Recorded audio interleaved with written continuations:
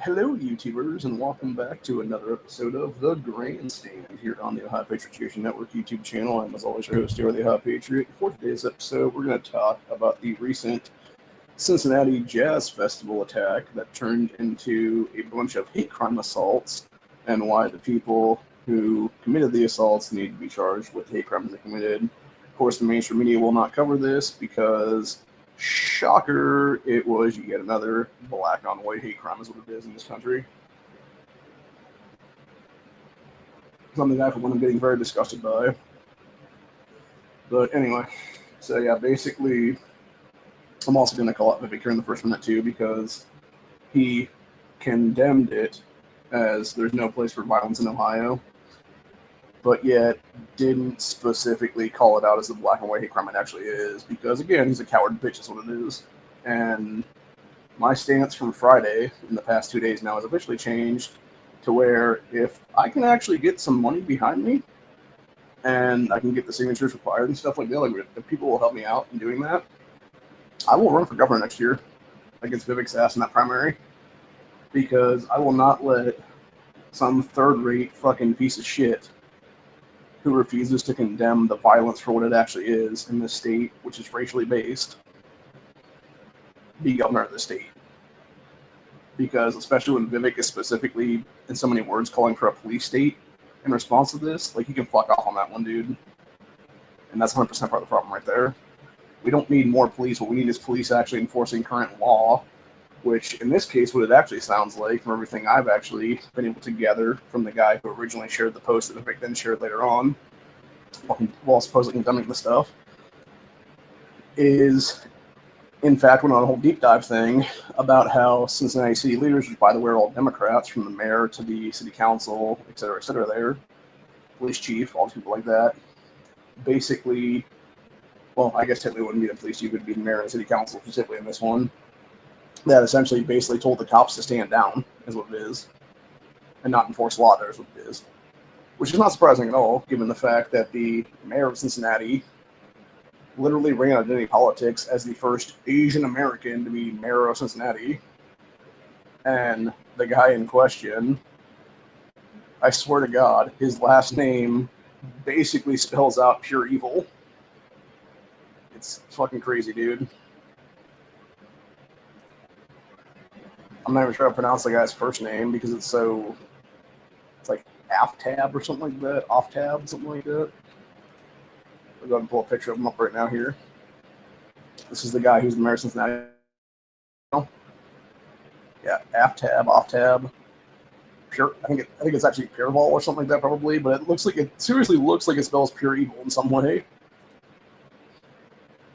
And this is one of the guys who refuses to condemn this shit and is openly getting the cops to not do their job.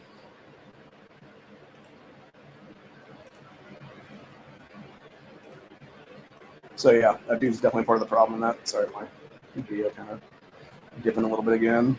I actually lost internet this morning for about 10 minutes, actually.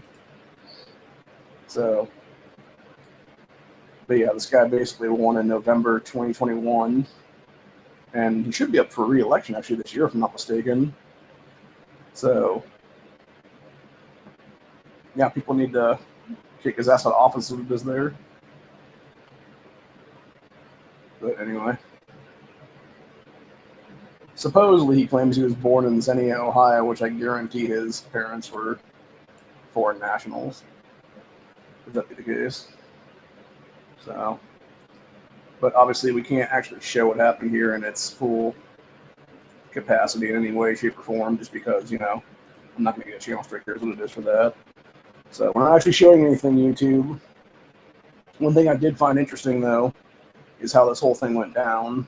And the one chick in this situation, we're going to actually show the still frame here is what it is.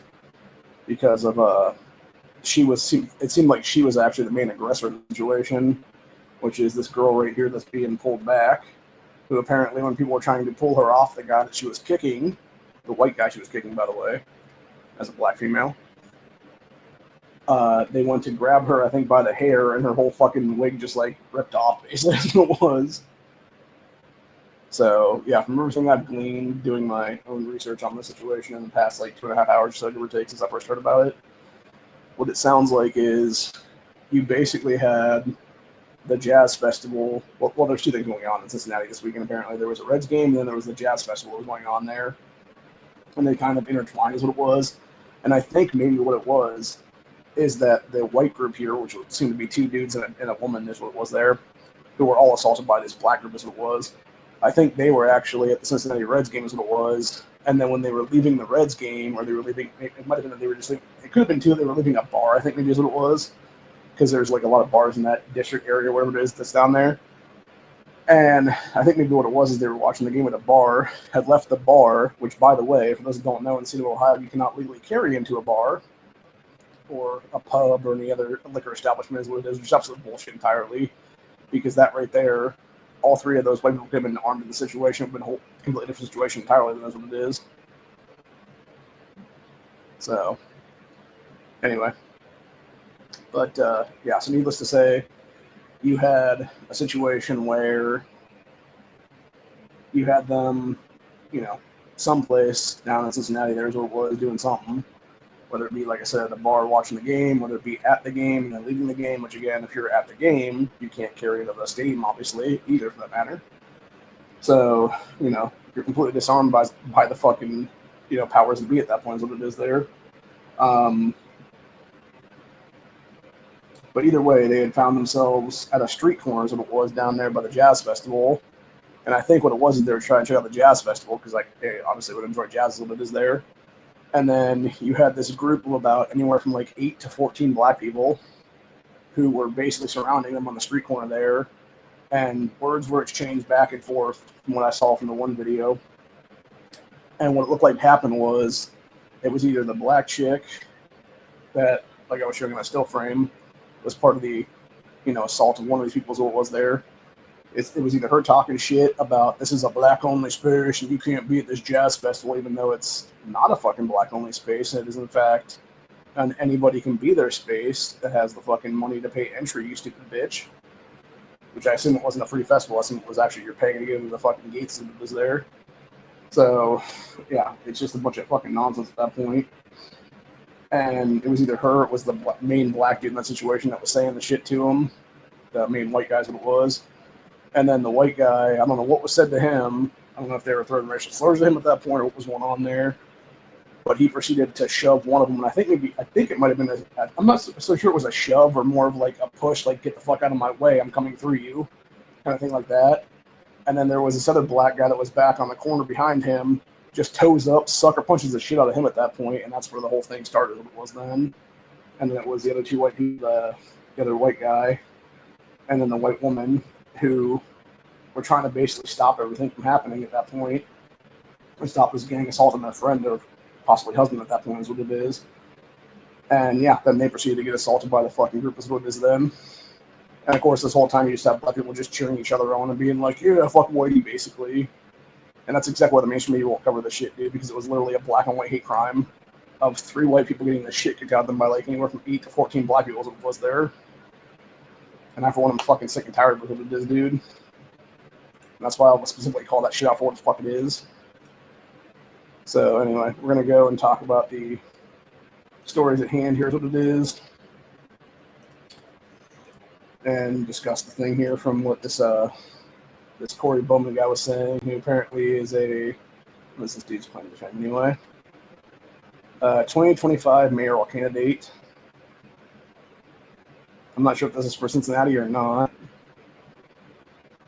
But what he said violence erupted on 4th Street and Elm Street in Cincinnati last night. Let me tell you, I don't know what day this was. This was because this yesterday, so this would have been, it was yesterday morning, so this would have been Friday night when this happened. Okay, so basically what he said was Cincinnati, so it was Friday night. So let me tell you about a chaotic Friday night in our city. Said the Banks, an area long plagued by crime, hosted a Cincinnati Reds home game and the Cincinnati Music Festival at Paycor Stadium at midnight. He said, I received a message from a friend who has lived at the Banks for 20 years. Said, quote, tonight people are everywhere. I see 1 police car and 0 officers. I hate it. I hate to bother you. I hate to bother you, but I'm keeping you in the loop. This isn't logical for any city. He responded and said, this week, the mayor, city manager, and police chief held a press conference and a special city hall meeting to address these issues. City officials outlined plans for a juvenile curfew and promised enforced consequences for criminal actions. They emphasized that they are not restricting police or directing officers to avoid enforcing the law. He continued on and said, however, last night, as I received videos, photos, and messages, I learned the officers were instructed to take juveniles to quote-unquote curfew centers where parents would pick them up without facing legal consequences for violating curfew or other laws. That's the fucking problem right there, is I'm not charging these little fucking piece of shit punks with the crimes they're committing, whether it be for breaking the city curfew or whether it be for, like I said, commit assault to whatever it is, dude, or underage drinking, whatever it is there. Says officers have also been instructed not to cite the parents for curfew violations, which is absolute bullshit. Both the parents and the fucking teen should be cited in that situation. Says officers are also explicitly told, quote, do not bring them to 2020, the jail. The problem, many youths refuse to provide their information and some parents don't show up. This leaves officers stuck babysitting through the night. Yeah, that's a huge fucking issue right there, dude. And I'm pretty sure, at least in this state anyway, if you are asked your information and you refuse to provide, you can catch a charge for that one. I don't care if you're a juvenile or an adult. I'm pretty sure on the Ohio Revised Code, there is actually laws on the books right now that specifically state you will catch charges in that situation. So, anyway. Because you're refusing to identify as what it is to a lawful command is what would be done. Especially if you're part of, a crime or something at that point. Anyway, this Corey Bowman guy continued on and said, short-staffed and forced to prioritize which situations to address, officers are directed to transport kids to curfew centers rather than enforce the law fully. It says many feel there's no point in making arrests due to the county prosecutor's catch and release policy, and that's the problem right now. Who is Hamilton County Prosecutor? Let's go find that out real quick. Because that's where this is at right now. Which, by the way, the Hamilton County Sheriff, Charmaine McGuffey, is a known Bloomberg puppet, basically. She is a complete piece of shit. She has openly, many, many times, gone to lengths to literally go to the State House in uniform as the sitting county sheriff there, only to attack Second Amendment rights every time something that is pro-2A comes up for legislation. So,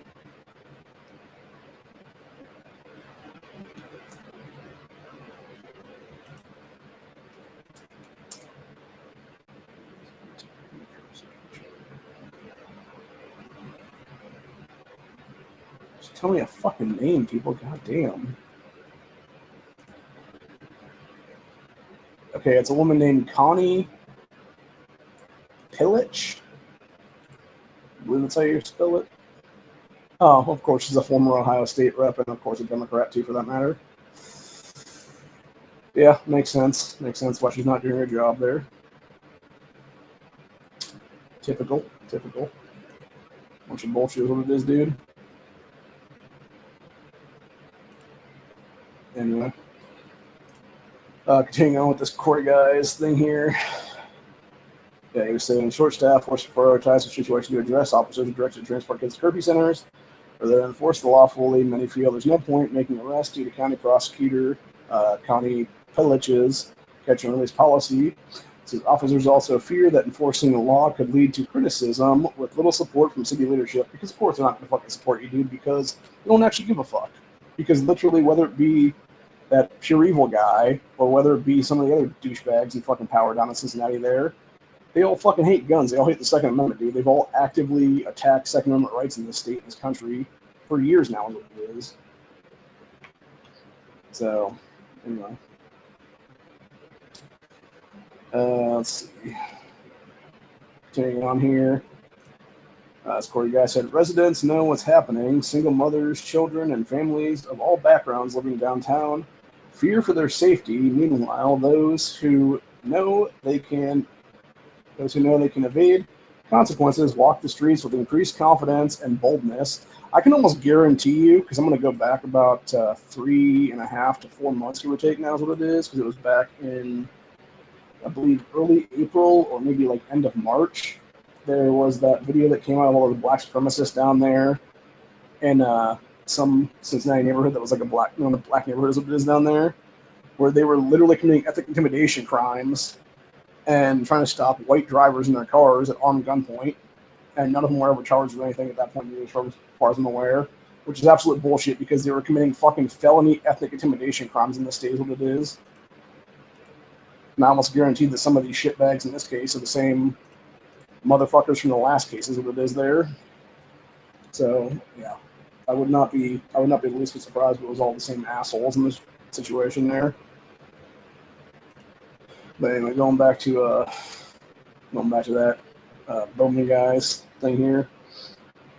They're saying people of all backgrounds are living in fear and safety. So meanwhile, those who want to evade consequences walk streets with confidence and boldness. So this is the trickle down incompetence of the mayor, city council, city manager, and majority of the city council, the police chief, and their advisors said good people in the city government and police department are demoralized, feeling there is no hope for change. And then apparently, because this guy's running for mayor right now, this is what his way of how to change things apparently would be. Said our plan: eliminate or reduce distracting and costly city initiatives, alternate responses, and community responder programs that undermine the importance of a strong police force dedicated to protecting and serving community, encourage police department to engage actively with the community, patrolling cars, bikes, and on foot, and prioritize prevention, not just response to worst case scenarios, return control of the emergency communications system center, currently managed by city employees to police department, ensuring experienced personnel handle reporting and dispatching. And I know for a fact that has been another shit show right there because of people that are doing like 911 call centers, what it is there. They're like hanging up on people, so what it is there, dude. It's like, what the hell's the point of calling if you're just gonna hang up on me anyway? It's fucking nonsense. And then apparently the last thing there was empower police officers to enforce laws and pressure county prosecutors to uphold their responsibilities and in the catch and release approach. See, the problem with this is, though, is how about just fire the fucking person for dereliction of duty? Like, literally arrest them on officer for dereliction of duty is what it is, dude. If that county woman is not doing her job as county prosecutor, she needs to be arrested out of office for dereliction of duty. End of story is what it is there. It's absolutely fucking ridiculous. Also, in the meantime, before we continue on with this, I want to mention this real quick. Summit County Fair this last day or so, there were multiple juveniles there, most likely black as well, who were committing a bunch of fucking crimes there. And about 11:15 last night, some guy got shot in the parking lot and killed. So, mind you, again, going back to county fairs in the state of Ohio, you cannot supposedly be armed in them. Now, granted, with constitutional carry and no metal detectors, that's kind of a gray area, but is what it is. I would say don't open carry if you're going to do anything, is what it is there, though. But anyway, going back to what Bowman was saying here, it said in recent months, since primary election, he said, my family and I decided to move everything back downtown where we can hear every siren and gunshot. We're not returning back to the outskirts. In a week. We're all in on Cincinnati because we believe in the greatest city on earth, and we care deeply about the people. So this isn't about red and blue politics. We're at a critical moment where real change is possible if the right people stand up and make their voices heard. So yeah, he's basically telling people to vote for him, is what it is there in that last little bit. So, but yeah, like what he's saying is like spot on though, dude, and it's absolutely fucking ridiculous. And then, I want to show any of this to make sure none of it's being showed here. Then we got that Colin Rudd guy who was saying this about 10-ish hours ago. where he was talking about. So, Cincinnati Police Department has launched an investigation after a group of thugs were filmed beating a man and woman unconscious. There was also a second guy, too, for that matter. They come out of that now. So the woman was seen with blood coming out of her mouth after she tried stepping in on checking on the man who was being assaulted. Cincinnati Police Chief Terry Teleghi, which is one of the people that's responsible for this shit, says the police department is currently looking for the suspect. Yeah, right. I believe that when I fucking see it, bro. So Cincinnati Fraternal Order of Police also called out the thugs, saying, quote, the violence in this video shows downtown is disgusting. What's equally disgusting is those who chose to watch and record instead of dialing 911, attempting to defuse the situation or render aid to the people involved. So Cincinnati Fraternal Order of Police President Ken Cooper said, he took on, said, I have full faith in the central business sector investigators. They will make arrests in the near future. It will then be the responsibility of the court system to hold these violent thugs accountable. Well, it's not going to happen if you haven't done the fucking county levels what it is, dude, with that piece of shit county as the county prosecutor. You'd have to take it up a step to the AG's office and have Dave Yost, AG at that point, slap the fucking book at him is what it is, dude. Because that's the only way the shit changes. And I've already called on Yost at this point under the network moniker to do his job right now and start prosecuting people at a fucking state level what it is, dude. Like, shit needs to change. It needs to change real quick. And it needs to be kicking these fucking county prosecutors out of office and arresting their asses for dereliction of duties what it is there.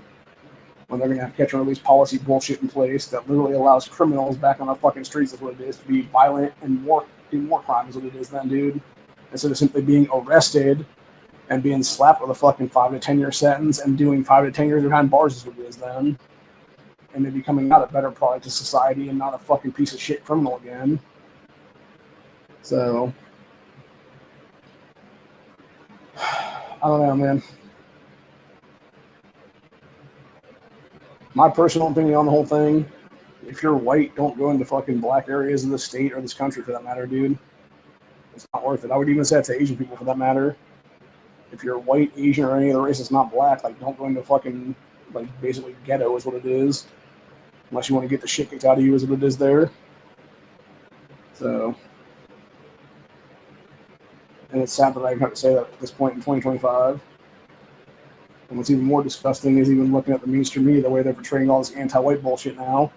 Because you had that settlement there in Arkansas the other day, where it was like 40 white folks being like, yeah, we just want our own space here. And then you got the mainstream media bitching and moaning about the whole thing. When meanwhile, 5 years ago, you literally had black people do the exact same thing in some part of Georgia, where they bought like 97 acres of land to basically make a whole like black community thing. There's what it is. As far as I'm aware, 5 years later, still hasn't amounted to shit at this point. It's like 1 or 2 houses there or something like that. So, but yeah, it's just the amount of like anti-white racism I'm seeing in this country in 2025 is just absolutely beyond ridiculous is what it is, dude. And then of course like hate crimes against white people at this point, like it's just so fucking frustrating what it is, man. And like I said, not only just white people, but like I've seen so many attacks on the Asians by like black males is what it is, dude. It's not even funny either for that matter. Like there's a problem. I need to call it out, dude. It's literally the black race in this country right now that are doing this shit. And not all of them, but enough of them to where the rest of the motherfuckers who, you know, aren't going to say shit against it are actively either encouraging it or just like, whatever. And no, fuck that, dude. Like, either condemn it or just get the fuck out is what it is. Because that's the problem right now with our society currently is what it is. If you're not going to condemn this shit, if you're going to sit there and actively not say a thing about it, then you're actively backing it, in my opinion. So we'll see what actually comes of this. Hopefully something comes out of it. I don't know. Hopefully multiple arrests at the state levels where it is there and, you know, actually prosecuting people with the full extent of law for hate crimes and stuff like that. But again, it's all matter of time right now. See what happens. Like I said, I called out Vivek already to have him condemn this as the black and white hate crimes it was. I doubt his bitch ass actually will because he's a fucking punk ass globalist piece of shit. So, anyway. But like I said, I'll give him about 24 hours right now. If he doesn't do it by 6 o'clock tomorrow, I will legitimately jump in the race for governor is what it is, dude, and try to primary that motherfucker out next year is what it is. So, as long as I can get my name on the ballot and everything like that. If I can't actually get my name on the ballot, then I will actively do everything in my own power then to back Heather Hill for the primary is what it is then, or anybody else who jumps in the race against Vivek. So, anyway. Till later. I'll see you guys on the next one. Peace out. Stay safe. Always be carrying. Never go to a place where you cannot be armed.